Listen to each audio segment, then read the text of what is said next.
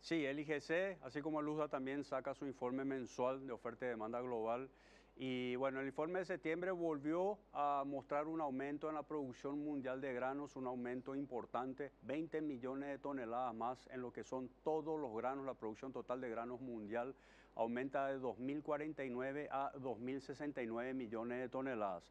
Los aumentos vinieron de la siguiente manera: se ve un aumento de 6 millones de toneladas en la producción mundial de trigo a 748 millones de toneladas, 12 millones más de maíz a 1.029 millones de toneladas de 1.017, y en el caso de la soja se ve un aumento de 1 millón de toneladas a 348 millones de toneladas. Donde se ve una variación también importante, Omar, cabe destacar que esta zafra, según el IGC, va a ser la segunda mayor zafra de la historia, luego después de la zafra anterior que tuvimos, la 16-17. Esta es la proyección de la 17-18, y no se olviden que estas son solo diferenciales, la variación en relación al informe de agosto. Una variación importante que cabe destacar es obviamente la disminución que se proyecta en los stocks finales. Como tenemos una campaña menor a la anterior y se proyecta un mayor consumo, se ve un crecimiento en el consumo mundial de granos de alrededor de 0,5%, de tal manera, con la menor producción se espera una disminución de 3% en los stocks mundiales de granos, y eso obviamente le genera alguna suerte de soporte al mercado. Con respecto a la cosecha de soja y de maíz en el hemisferio norte y la siembra acá en nuestro hemisferio, ¿cuáles son los avances que se pueden comentar, Peter? Nosotros tuvimos, Omar, como habíamos comentado en el programa del viernes pasado, nosotros tuvimos un mercado firme, se recuperó bastante el mercado justamente porque habían proyecciones de un atraso de siembra en Brasil, principalmente, ¿verdad? Por la irregularidad climática, la falta de lluvias. El productor estaba esperando que se humedezca más el suelo para tener las condiciones óptimas para la siembra. De hecho, los pronósticos cambiaron de vuelta esta semana para ver también cómo son irregulares los pronósticos climáticos. Están apareciendo las lluvias, principalmente en Mato Grosso. El mercado sigue preocupado todavía con el desarrollo del fenómeno La Niña. Como venimos hablando, hay una lectura superior que alcanza ya el 60% de posibilidades que esto se desarrolle hasta fin de año. Entonces eso podría estar afectando de tal manera a Brasil en condiciones más secas la región sur y más húmedas en la región norte. Pero lo que respecta al gigante productor con casi 30 millones de toneladas, que es el estado de Mato Grosso, ya arrancó la siembra. Sin embargo, cabe destacar, por ejemplo, que al informe del lunes, de este lunes que tuvimos ahora, se estima que Brasil estaba llegando recién al 1% de su área total proyectada de 34,5 millones de hectáreas. Cuando en la misma semana el año pasado, y el promedio de 5 años, normalmente en esta época ya Brasil tendría que estar alcanzando el 5% de siembra. Eso ya muestra la lentitud, obviamente, y el atraso que estamos teniendo en la siembra.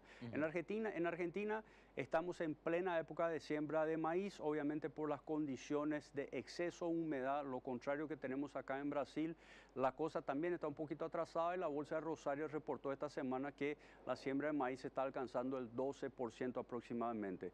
En lo que respecta a la cosecha en el hemisferio norte, tuvimos el informe de USDA el pasado lunes reportando la cosecha de soja ya en un 10% y en el maíz en un 11%. Habías indicado en emisiones anteriores una falta de interés de los inversores por los commodities agrícolas, Peter. ¿Esto continúa así en el mercado? Sí, de hecho continúa, Omar. Está haciendo algo que le está costando impulsar no solamente a los granos, pero a los commodities en general. Esta semana tuvimos informes interesantes de algunos bancos de inversiones internacionales que ya empiezan a recomendar y ven commodities muy baratos. Salieron recomendaciones de compra, por ejemplo, a largo plazo para compra de maíz, de café, de cacao, por ejemplo, en la bolsa de Nueva York y Londres, justamente porque están viendo como activo de inversión muy barato. Lo que está pasando, el fenómeno realmente que está pasando ahora, Omar, tenemos, debido a la tensión geopolítica global que existe, hay un apetito muy interesante por el oro. El oro viene escalando bien en la medida que el mercado va teniendo su volatilidad y tiene pisos. Se nota que los inversores vuelven a comprar oro físico, futuros de oro, entonces el oro está se está manteniendo bastante estable con una tendencia alcista, está llamando la atención a los inversores. Y otra cosa obviamente es que debido a la desvalorización que tuvimos en el dólar desde la asunción del actual presidente Donald Trump, obviamente el dólar pasó a ser un activo también atractivo, pero para comprar, para reinvertir. Entonces, nosotros tenemos, por ejemplo, lo que va del año, los principales índices accionarios de Estados Unidos. Vamos a considerar el principal barómetro de la economía, que es el S&P 500, que es un índice de 500 acciones en Estados Unidos.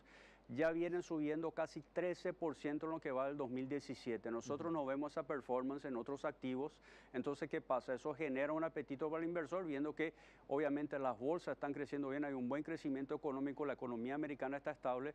Entonces, teniendo un dólar barato, el inversor prefiere comprar la moneda americana, pero invertirla en activos como las acciones de Estados Unidos. Mientras que, comparando la performance de los commodities que no están teniendo la misma performance, obviamente, eso le resta apetito a los commodities agrícolas.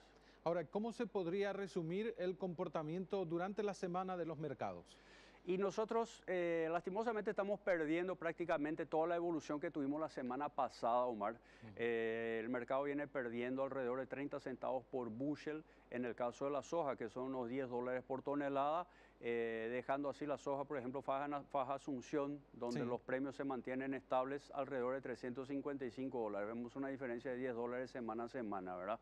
La evolución, hablando obviamente de la zafra actual, de lo que sería la zafra corriente, la soja disponible.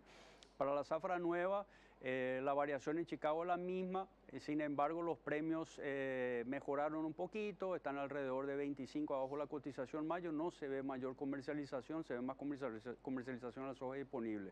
En el caso del maíz, el mercado está andando de lado, realmente no tuvimos una variación en Chicago semana a semana y el mercado en Asunción se mantiene entre 118 y 120 dólares, pero también Brasil, como lo habíamos comentado, que vino a tomar bastante maíz en Paraguay, que se estima que ya se llevó entre 150 a 200 mil toneladas en negocios, sigue siendo el player más agresivo del mercado, llegando a pagar hasta $10 más que el mercado de exportación en Asunción. Y tomando en cuenta esto que mencionaste recién, Peter, en relación al movimiento que se da en los mercados, ¿tu postura sigue siendo alcista? Cambia un poquito más a neutral, Omar, debido principalmente a las condiciones climáticas actuales. O sea, los mapas están indicando buenas lluvias en Brasil. Me preocupa un poquito más Argentina hoy, los pronósticos extendidos, porque siguen mostrando mucha humedad y eso obviamente por el momento podría seguir afectando la siembra de maíz. Pero en lo que se refiere a soja en Brasil, como lo habíamos hablado también en un programa anterior, seguimos obviamente dentro de la ventana de siembra ideal. Brasil tiene hasta noviembre para sembrar, hay tiempo de sobra, van a venir lluvias, están en los mapas. Brasil va a llegar a concluir sus 34.5 millones de hectáreas sin problema. Yo creo que se viene una buena zafra, pero obviamente después hay que ver los mapas extendidos, cómo va a ser el clima más adelante, cómo se va a comportar. El problema va a ser la siembra del maíz safrinha en Brasil, que tiene una ventana corta y obviamente si se atrasa a Brasil hay que ver cómo va a impactar. De hecho, así como muchos colegas y muchos bancos de inversiones, como comenté recién, ya están recomendando la compra de maíz, digamos, como un activo de inversión, yo también lo sigo recomendando porque es un activo que está bastante barato. Ahora, lo que está pasando ahora justamente en Estados Unidos por la relación soja-maíz también, el productor a medida que está cosechando, está vendiendo la soja, está reteniendo la venta de maíz porque está muy barato, entonces esa retención también le va a dar un soporte a los precios. Entonces yo creo que hoy yo tendría una tendencia un poquito más optimista, digamos, para maíz en relación a la soja.